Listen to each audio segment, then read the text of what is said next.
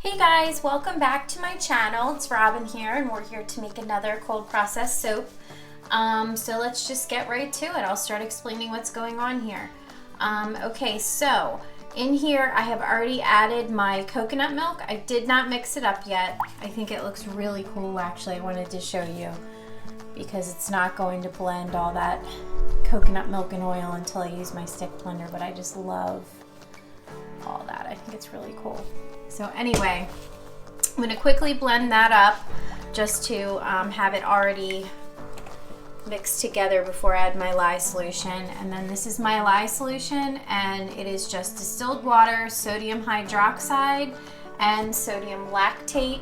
I use sodium lactate to help my bar firmen up a little bit quicker, release from the mold a little bit more, and there are other benefits to sodium lactate.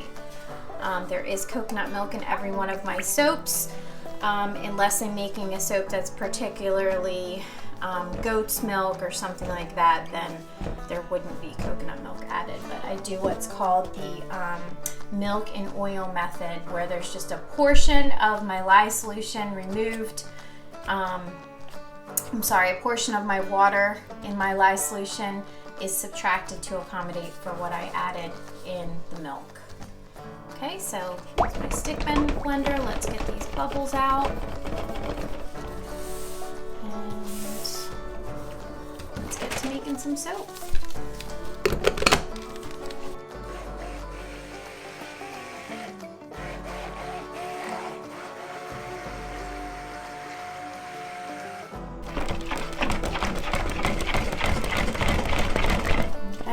You guys might be in for an adventure today because I am soaping with a floral fragrance that is known to accelerate.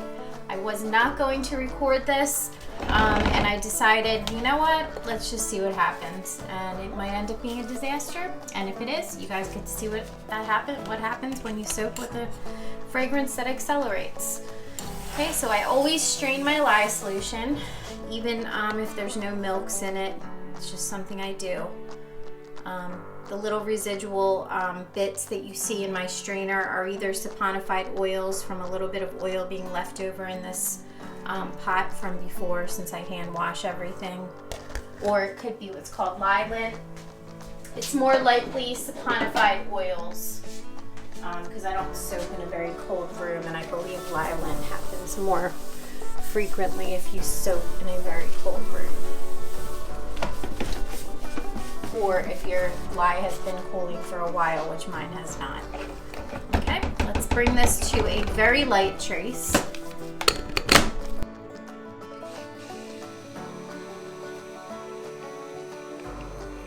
Okay, I'm just going to do a lot of stirring for this one. I soaped very room temperature, probably 70-ish for both of them. Because I'm doing a floral, especially one that's known to accelerate, I really don't want a thick trace at all, so I'm just going to try to make sure that there's not a false trace happening here, and then we'll get to soaping.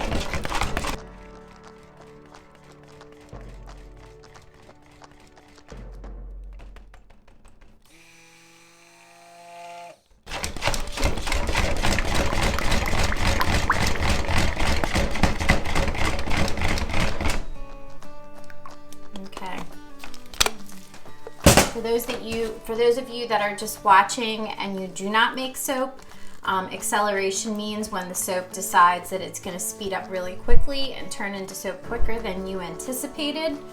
And fragrance oils can do that. If you buy from a reputable fragrance distributor, soap fragrance distributor, they will tell you on their website if it does accelerate, and the one I chose did. I don't typically buy fragrances that accelerate, but I did for this one. And it is also a blend, so they're both floral, so we're gonna see what happens here. I only had a little bit of each one. There were more or less samples. I didn't have enough to make an entire batch, so I decided to blend two different fragrances together, and they are Linden Lime Blossom and Foxy Lady from Nurture Soap. Foxy Lady says heavy acceleration. Linden Lime says moderate. I'm also adding a touch of orange essential oil. It's already in my my blend here to balance out the floral, and I also hope that maybe that will help with a little bit less acceleration, because there is a portion of this that does not accelerate at all, which would be the orange essential oil. I believe my smallest ratio is the Foxy Lady, so we'll see what happens. Having said that, I'll show you my colorants, and then I'm going to pour off a little bit of this ahead of time that I'm not fragrancing at all, so that if it does go crazy on me, at least I can add a few colors to the top. Okay, so this first one is Hollywood Pink, and this is Nurture Soap.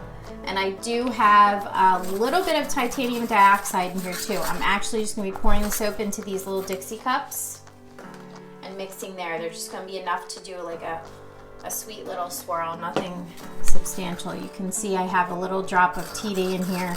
I just like to do that so that my soap base has a little bit of a lighter color. And this is by Brambleberry. It's pretty much faded out, but it says Brambleberry, or it says Mermaid Blue Mica. And it's a beautiful, beautiful color. I don't think the camera does it justice. Okay, and then I'm using Sahara Gold, and this is Nurture Soap. And then for the last one, and this also has a little splash of titanium dioxide in there. This is Orchid Mica by Brambleberry, and again, this one is really, really pretty. Okay, so I am going to pour these off into these Dixie cups first, and I will end up blending them probably with a little like frother tool, because obviously my stick blender is not going to fit in here. After these are blended, then I will add the fragrance to the big batch and pour pretty quickly. And we will see if I'm able to do a drop swirl. If I'm not, then these will end up just being on the top, most likely. So, give it a quick little stir. And we'll just pour a little bit into each of these. I did compensate too with my fragrance essential oil blend to accommodate for the fact that I am removing some of my soap and putting it into a separate sort of batch, if you will. So all the volume that's in here, the blend I have is completely accurate, because I made sure of that ahead of time. Okay, so we'll set that aside for just a minute, and we're going to mix these up. I'm going to first start mixing with their little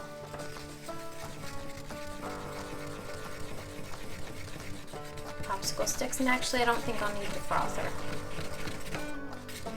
Okay, so what was in this was just olive oil. Maybe I will use the frother just for a little final whip of these, since I have titanium dioxide in here. I've mentioned before, if you do not whip your titanium dioxide, you can't get out of it what it's capable of doing and what you really intended for it to do for your soap coloring. And I really love these colors, so I may end up doing something with these colors in the future on a larger scale and not just little drop swirls. But we will see what happens. I'm hesitant to even put titanium dioxide into here at all, because it tends to thicken, and we're already dealing with a fragrance that is going to thicken. So I think I may just leave it natural. I don't know, maybe I'll put a squirt in there. I'll decide at the last minute. Okay, so let's just quickly whip these up. So See guys, these are not just for whipping your cream for your coffee. They also are awesome for mixing micas in small containers.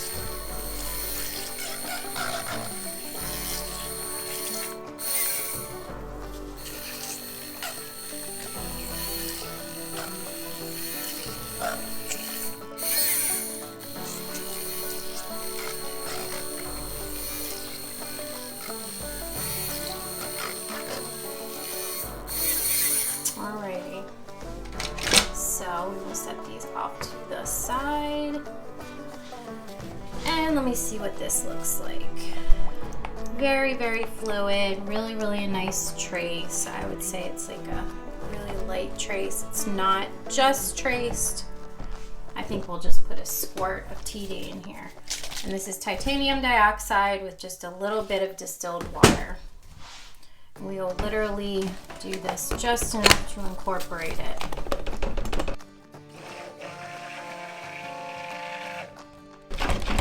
And it tends to lighten up a little bit as it cures, I've also noticed.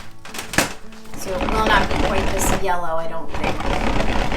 But you know what, if it is, I'm not going to be upset about it. Soap is beautiful regardless. Some of my favorite bars of soap are all natural with nothing added to them. No colorants, no fragrances. Just a super normal, average, but beautiful soap. Okay, so here we go. I will bring you in a little closer for this. Let me clean up my area a little bit. I don't need the stick blender anymore.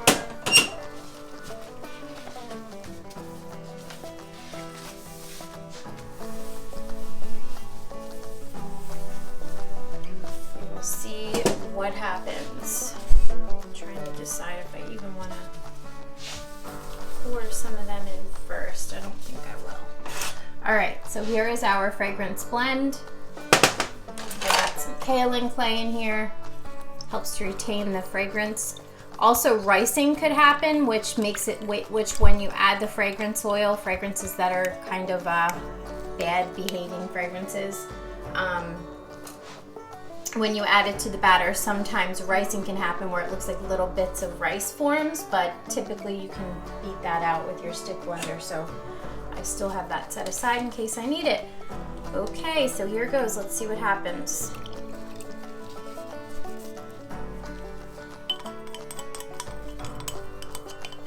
I will be moving quickly and I may not be talking just in case this starts getting crazy on me. So far so good, but you know what? Anything can happen.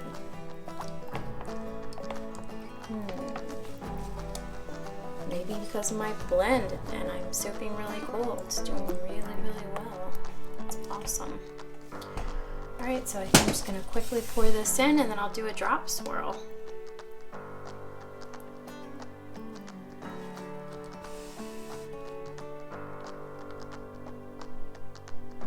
Okay, with this blend happening, this is awesome.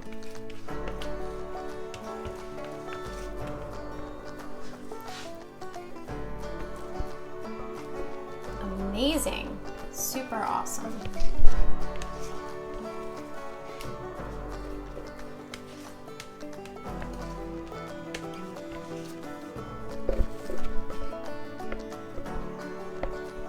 It's a great way to get a floral in your soap that you really love that accelerates. Blend it with something else that does not.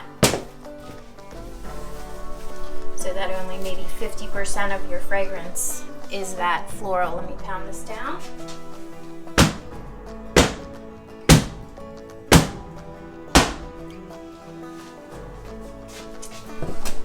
Okay, let me grab a scraping tool.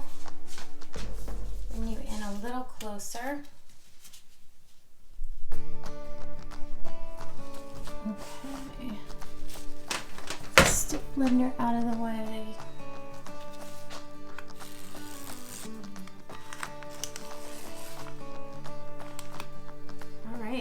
She is starting to get a little thick now. So I'm just going to do a drop swirl, and then I'm going to drizzle some of this on the top. Might even just drop it down the middle and do a little bit of a tiger swirl.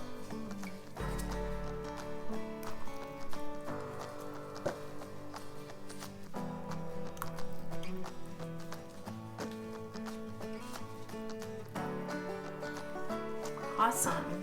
All right. I'll do a little bit of this little chopstick swirl in here. Use this one. Starting to get thick now. Go this way.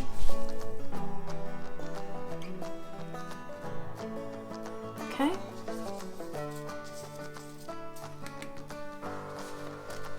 I'm going to tap it down.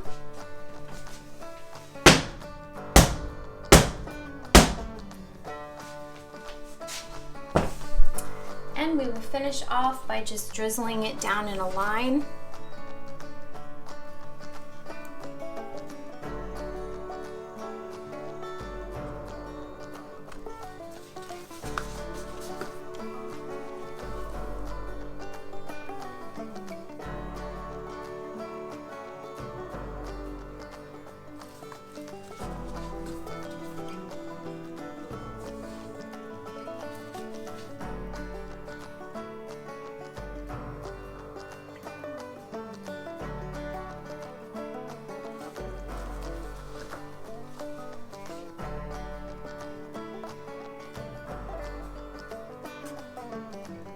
I am going to scrape a little bit more out of here. Get a little bit more out of each of these.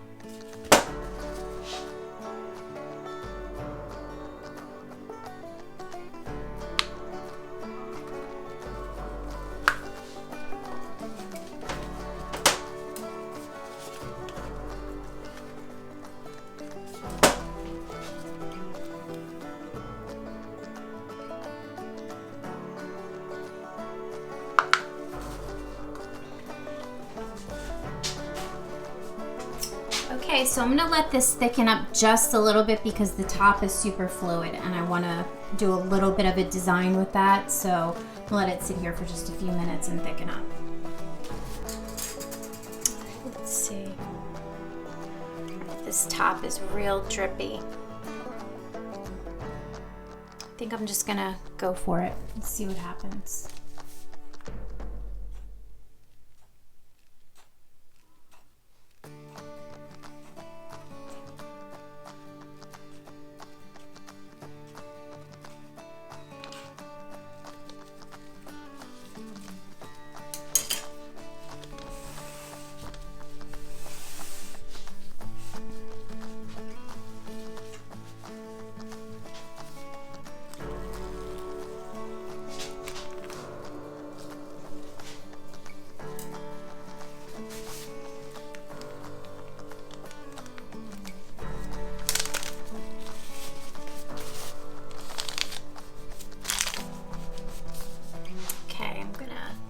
Other side.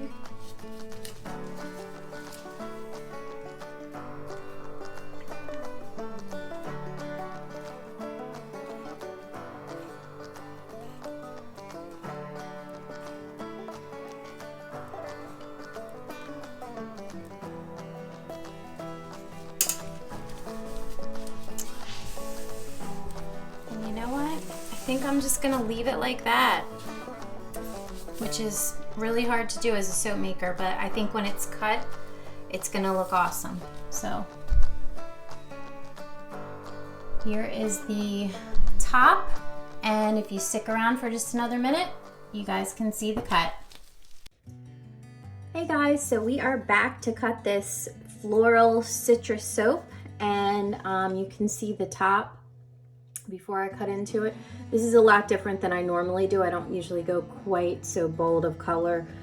I also would have normally smushed down the center like I did on the sides, but I didn't want all those colors to blend together. When it's cut into individual bars, I think it's gonna look great, but all of the magic will be inside of this bar.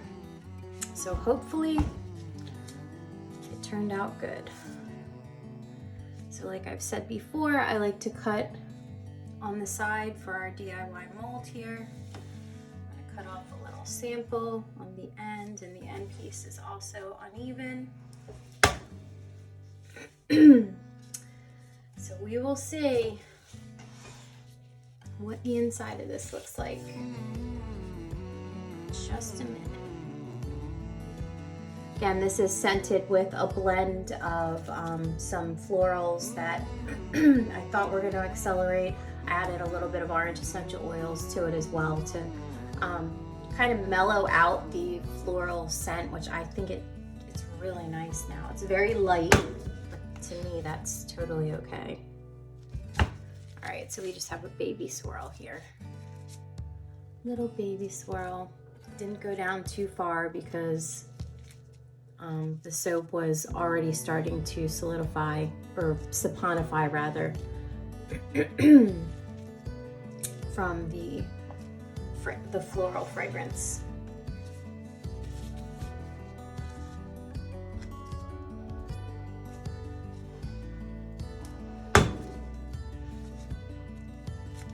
Yep, just little baby pores, little baby swirls rather. You never know. It was definitely firming up a lot more than I thought.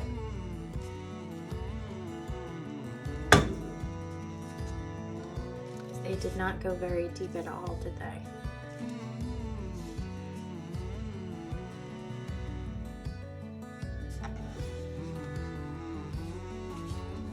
Okay, we will just go through the rest of these, probably with some music on.